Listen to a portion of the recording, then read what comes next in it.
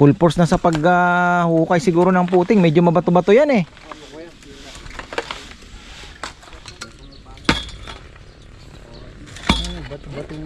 Oh, ilalim na kasi. If it's good, hahaluan mo na lang ng ipa o kung ano. Tekpo.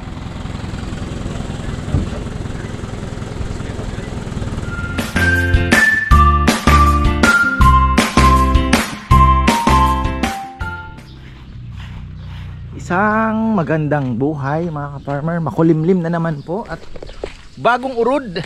Sabi sa kapangpang. Nagpagupit na ako kasi ang haba na pala ng aking patilya mga ka-farmer. Parang tayo si Fernando po. Bihira yan ah. Pati pagpapagupit nakakalimutan na natin. So ayan. Maganda pa rin dahil nakakatipid tayo. At 100 pesos eh na. So ayan. Gusto ko palang batiin. May pinapabati si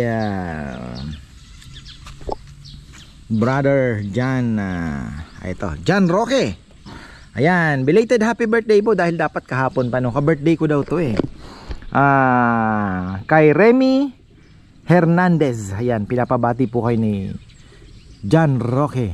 Aking isang kaibigan dyan sa San Jose del Monte, Bulacan. Ayan. So, ayan kay Ate Marisa Kristovich. Hello din sa iyo, Michael Directo. Syempre, mga bumati po, maraming salamat sa inyo. Hindi ko na po kayo maisa-isa sa dami, mga ka-farmer. Ayan, maraming pong salamat. Nagpuso-puso na nga lang ako kasi talaga pong overwhelmed ako sa, syempre, masaya po dahil ang dami pong nagpabati at yun, 45 na tayo. Sabi ko nga parang talagang ang buhay ay napakabilis. So sabi ko kay Ate Marisa, ate kaya nga ako nagtatanim ng puno para mainip ako eh. Para bumagal ang buhay. So ayun, ganun talaga. Sabi nga, di ba? Para nagdadaan lang naman tayo dito sa mundo. So kung ano man ang meron tayo, ano man ang blessing na ibigay sa atin, pakalaking bagay na ipagpasalamat na ma-enjoy natin dahil yun ang purpose nun. So enjoy the fruit of your labor, diba? So ayun po. At gusto kong batiin din ang aking kaibigan, syempre ang aking brother Maynard Villones. Brother, musta ka? Salamat sa chat kanina. So ayan, pagaling ka. At ayun, tawag dito, ingat palagi. Ayan, ganoon din po kay Ate Rosel, syempre. So ayan, tuloy tayo. Ayan, nag-green na yung tapos na yung palitada. At ito pang mabigat-bigat na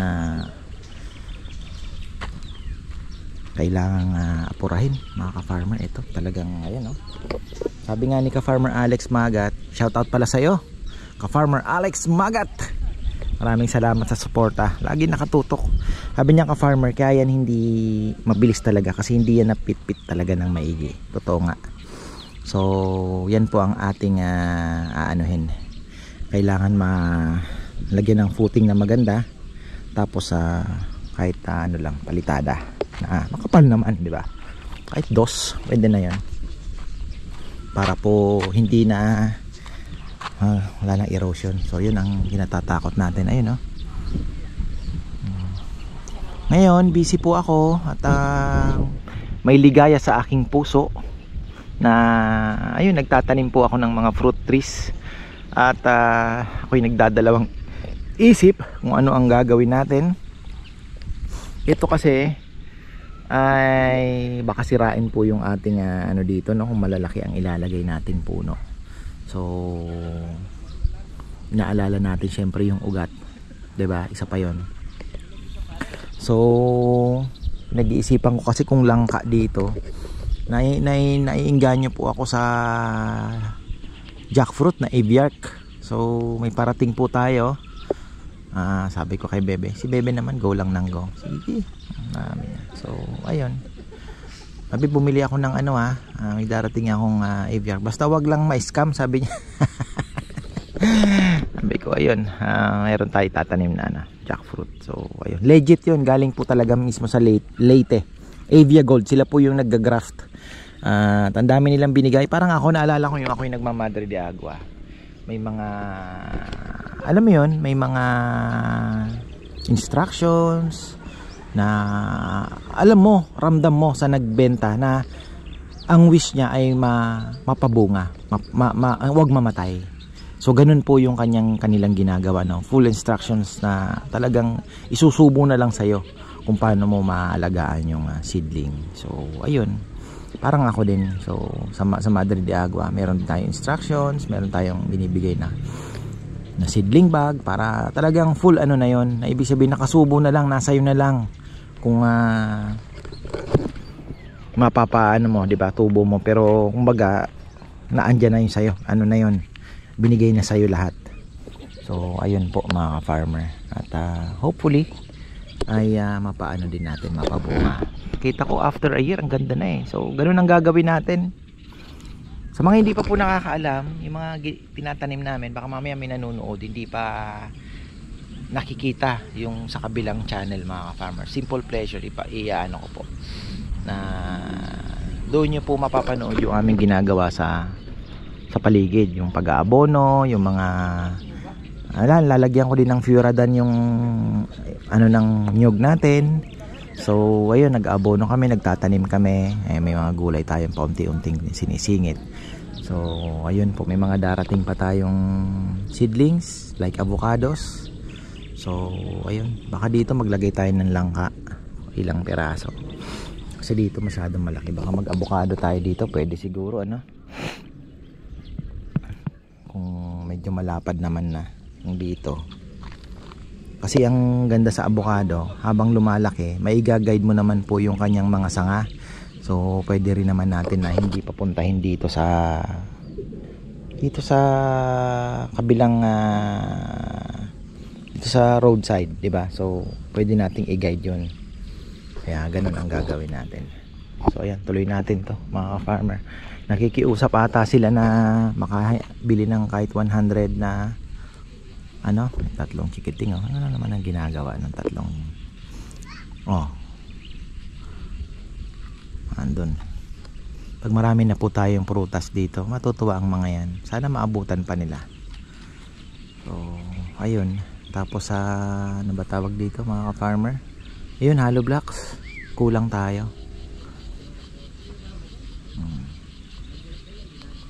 So ayan po, medyo tabingin tingnan kasi hindi talaga yan ano, hindi po yan sinukat, hindi yan inano talaga. So as is yan, parang isla talaga siya. Dito pa ata nila pwesto. Atay, dito pa naman sana magpabagsak ng tambak. Pero kung makakapasok naman, hintayin natin na gumanda-ganda panahon. Natatrabaho pa naman.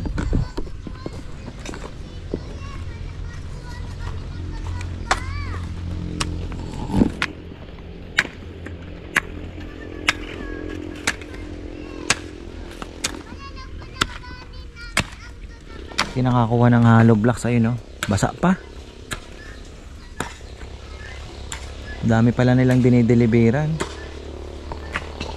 Hindi naman nababasag yon, dahan-dahan lang. Hindi pa daw gaano ano. Oo nga, malambot pa.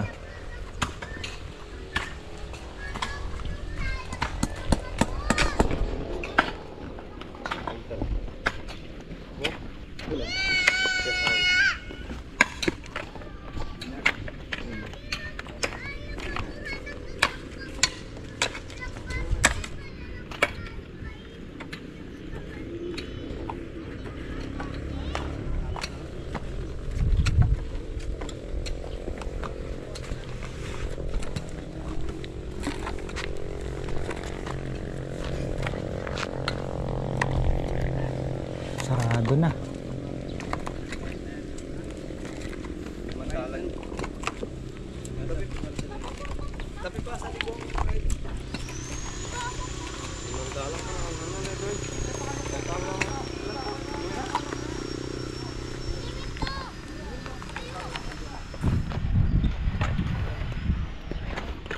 Isang hollow blocks na lang palang ilalagay nila. Sabihin ko kay Papa Yam, I think okay na to kasi yan, trabaho na yan, kayang-kaya na po ng loader.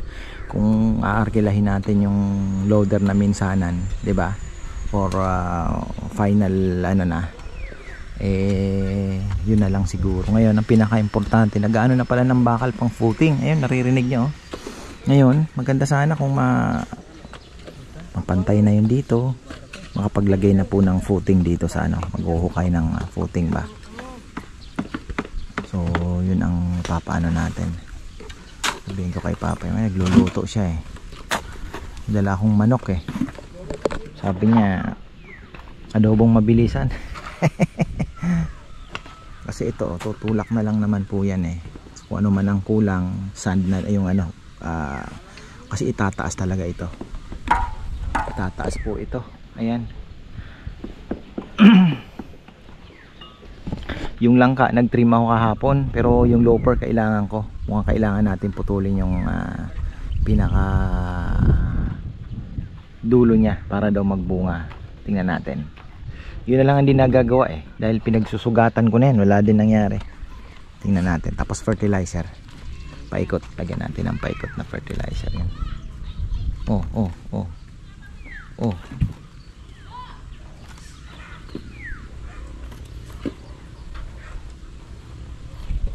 Andun sila kina Rambo.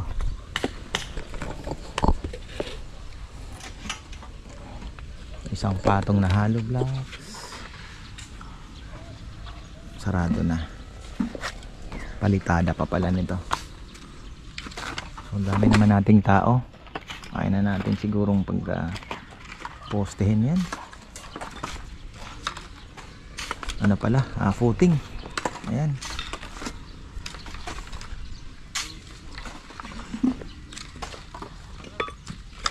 Nuebeng bakal. Pwede naman yan.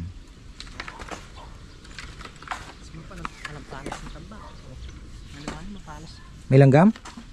Buti kuya, walang langgam. Wala. Bago pa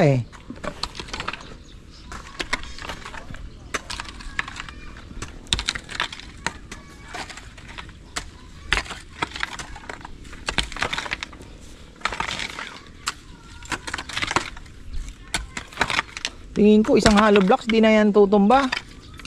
Ang unahin na natin siguro yung ano dito. Okay na kuya. Okay na.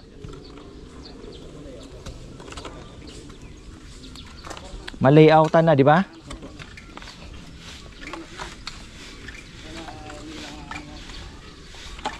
Kasi bagay mauubos na yung tambak Full force na sa paghukay siguro ng puting. Medyo mabato-bato yan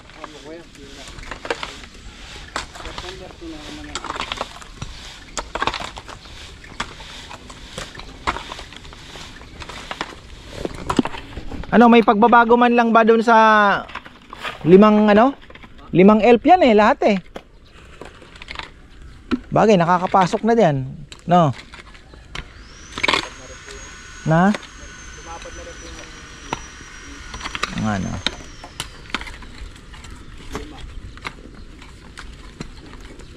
Lagi ko kakain ng 30 yan. Mga 20 to 30 siguro na Na elf na? Mga 30 na?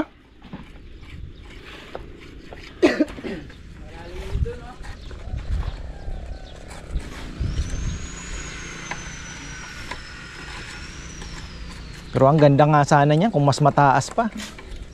Kaya lang delikado naman sa baka bumigay. 'Di ba? Tama na lang yan. Tsaka makapapagastos pa tayo ng gusto. Ganda sana ma-layout na to. Papayam.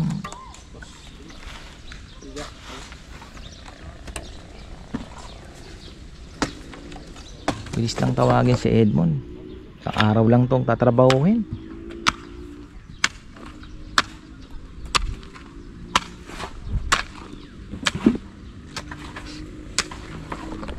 Tapos yung dito,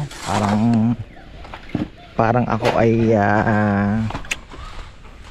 napapaisip kasi kung mukhang ito kailangan natin ng bakod dito. Ayan Ganun din makakain ng So mukhang hindi nga. At least nakita na ngayon nating tag-ulan kung ano yung magiging senaryo kasi pinag-aaralan pa eh. So maganda na rin po ngayon tag-ulan, makita natin. Hindi naman tayo nagmamadali. At least makita natin yung dito sa gilid. Kasi kung ano, talagang magbabakod tayo talaga dito.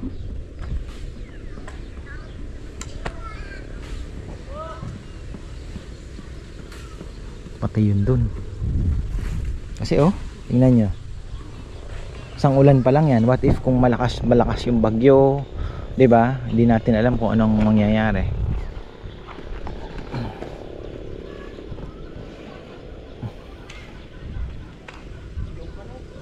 Tsaka maganda din kung nakabakod na po ito. Ito hindi na magagalaw, hindi na po matutumba yan. So naka-fix na, nakakulong. Mukha namang okay naman eh.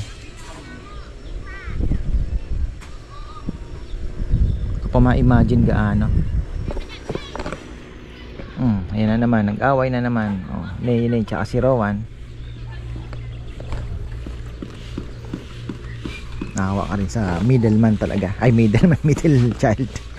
Middle child, mga ka-farmer, nakakaawa din talaga. Kasi minsan, sabi ko nga kay Bebe, parang ang bata pa talaga. Baby pa si Rowan. Ngayon, natatalo kasi may Neo. So, ayun. Kuha na ng atensyon. Dapat si Papa yan, hinihintay ko pa si Foreman. Ayan na, palitada pa. Papalitada pa tayo. Kong, mga ano? Saan si Kong? Uwi na, kakain na. Magluluto pa ng talbos. May mitas tayo ng talbos. Andun yung loper. Okay, magagamit ko pa naman yan. Makakalimutan ko eh. Ayan. So paubos na yung tambak. Pero ilan silang naghahakot? 3. Makapagod din ah. Umayat ka na. 5 kilos. Ha? Ayan oh. Parang maganda din yung may konting ano na, no? Parang medyo na ano siya. Dito ba maganda, siksikan ng yun na nga eh.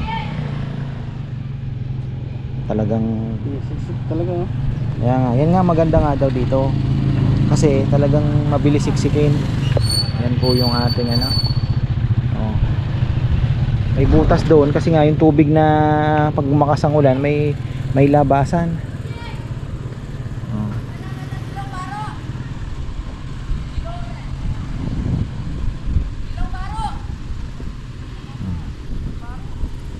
Ayan, marami pong marami. Mamaya hindi pa tayo tapos. Ayan, kain lang muna sila at ako'y mamimitas ng talbos. I-spray ako ng konti, mukhang hindi po pwedeng wala. Kahapon tinitingnan ko, namitas po ako kahapon, 'di ba? Nagluto tayo ng pacham. Mukhang kailangan dahil marami pong insekto. Isang bagsakan lang naman. Dito ko sa inyo. Banda dito marami. Yan o. Mga insekto. So tirahin natin yan. Ayan. Punta pa ako ng bayan para bumili ng tali. Yung pala si Kongkong nag-request din kay Jomar. Nakabili na rin pala si Jomar kanina. Oh, nadoble pa. Ay, pagod pa ako Bale, hindi naman So ayan. Ay, latag na tayo. Paano ang diskarte niyan, Papayam? Puting tapos nakabench siyang gano'n ano? Tapos gano'n ano? Kahit hindi naman gaanong pumantay, importante at least may protection lang na ano. May bato na yan eh.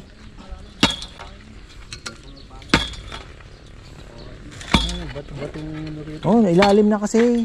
Naabot niya na yung may bato-bato.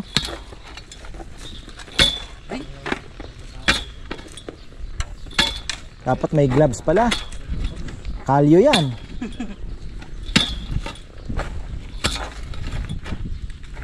Bagay kung marami naman ang mag-uukay para mabilis. Ayan o.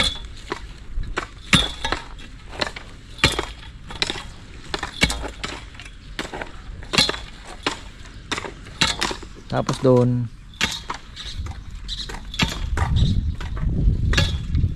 after palitada naman to, ano Papayang? Tugin ka mga ka. Nasisintalikip.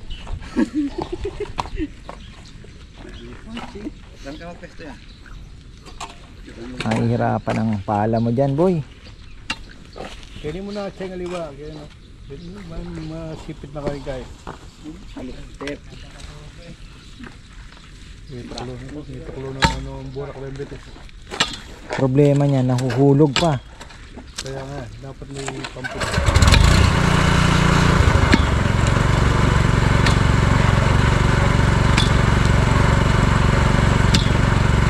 Hindi pwedeng walang puting, i-slide lang yung ano. Ito lang sa ilalim.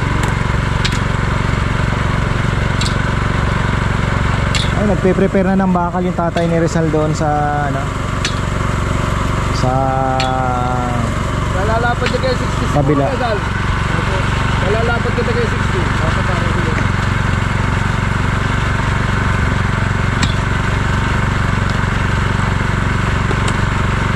Lalapad ko ng elementaryo. Ayan, dito na tayo. Puting na. Naubos na po yung tambak. Bali 5 elf nailagay na dyan. Pero just a fraction. Mga 30 pa siguro kakainin nito. May raos lang to, ayos na. Baka makakuha ng tambak. Ang problema kung saan natin padadaanan, malambot yun to, no? Ang mismong binababaan.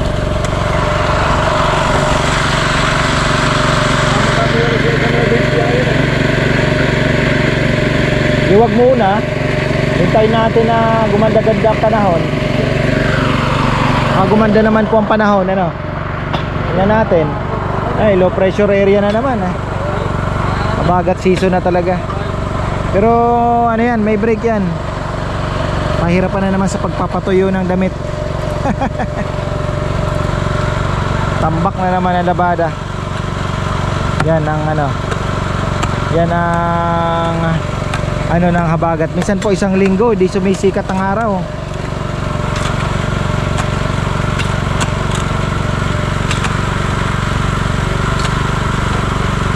Bato. Mahirapan sila. Pagka naghukay ay hindi ginamitan ng lakas, wala.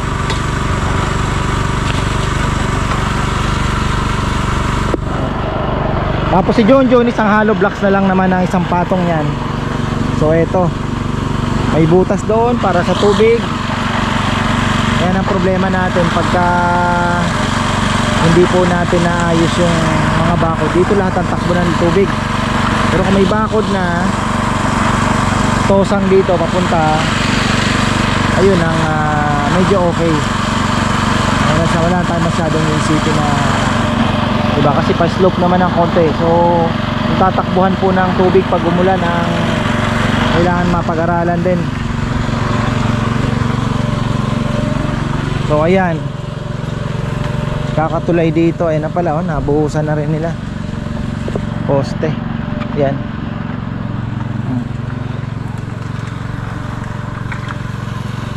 Dito ang magiging tulay. Hindi ko alam kung magkakaroon pa ng hagdanan, kasi kung ile-level natin kulang pa yung isang hollow blocks. Baka kulangin pa, baka 2 hollow blocks pa yan. Hindi pa po final kasi yung lupa baka mas mataas to gawa ng hinahabol natin yung ng swimming pool kung sakali, di ba? Ayan. Huy. Paano muna natin yan. Importante ito muna. Ito, medyo mabigat-bigat din po itong trabaho yan. Papagod sila dyan. Hirapan sila. Bako, hindi na makakapasok. Wala na. Mano-mano na po talaga yan. Hanggang dito din.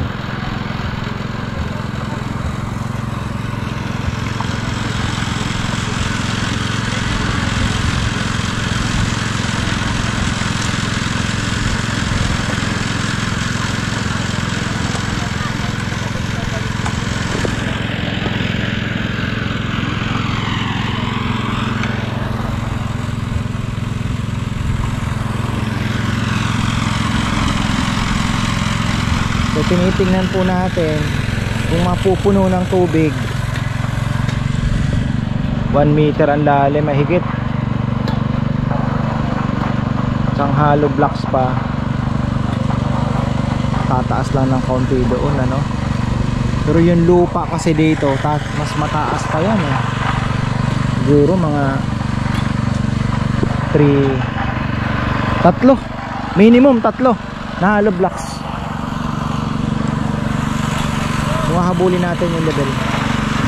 Ayun oh. Nako, nag-order na pala ng tambak si Papa yan.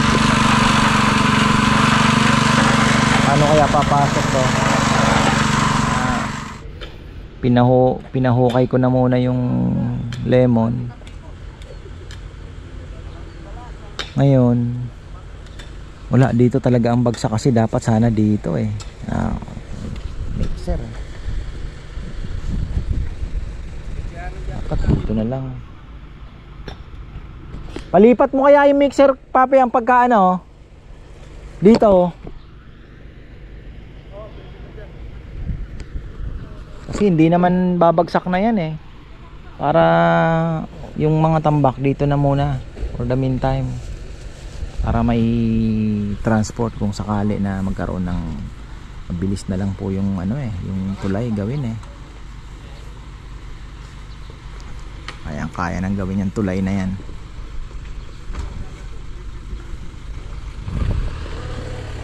Dito talaga kasi kung hindi po umulan, akong hindi makakapasok dito ang bagsak. Ngayon kung makakapasok, there you go, dyan ang punta.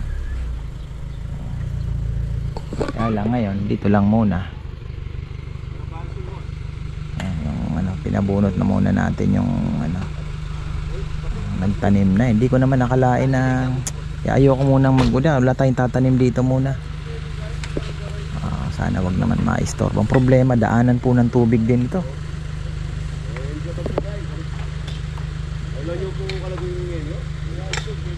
Garden soil data ito. Tingnan nga natin. Pagka yan eh garden soil, makakakuha tayo.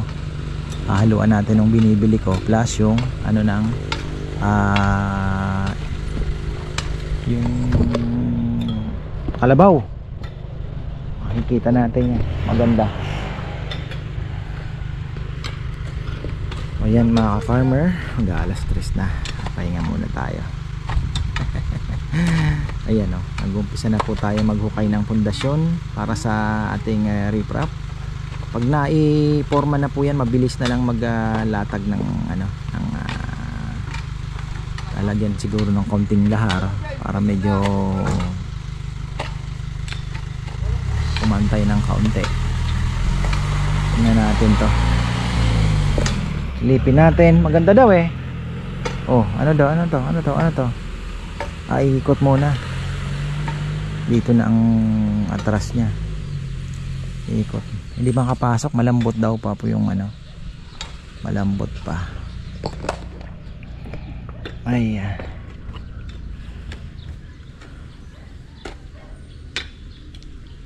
si Papa Yamang nagmamanage ng ano eh, ng mga tambak natin tsaka ano, mga buwangin. Mas mura daw kasi sa kanila.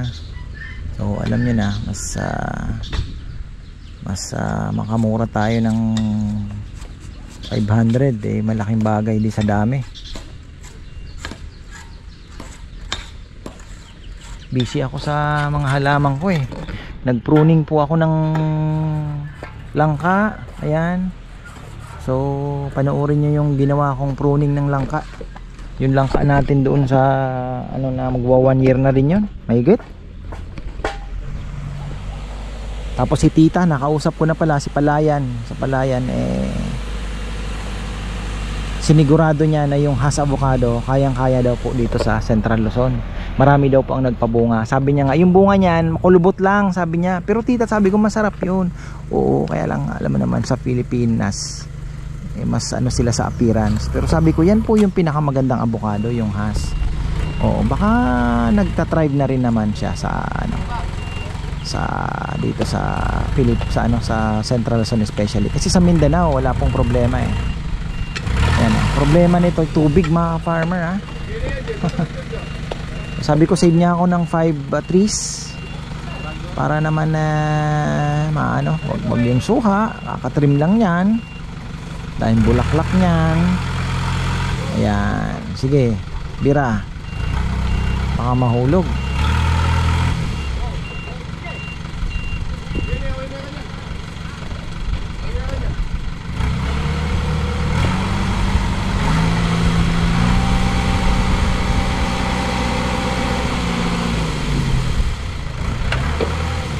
Maganda. Natin kung maganda. Mas mura daw to, sabi ni Papa yan. 1.7 ata. Malinis pa. Garden soil. Last time na dinala nila sa akin yung anuhan ng singkamas, taniman ng singkamas. Oh, malinis oh. We'll see. Tingnan natin. Let's see if it's good. Pahaluan mo na lang ng ipa o kung ano. Tekpo.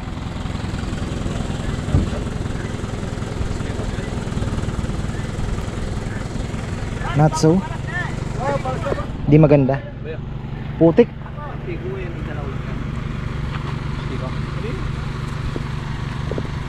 Ay, isang pikong maluta. Sukurin. Piko, mangga. Daw sa marami sa likod ah. Na. Kala ko mangga eh. Mangga. So ayan mga farmer, tapos na tayo at look at that. May aligid na naman ng nimbus clouds. Grabe. Oh. Ayan, update tayo bukas ulit mga farmers. So ayan, maraming salamat at magandang buhay.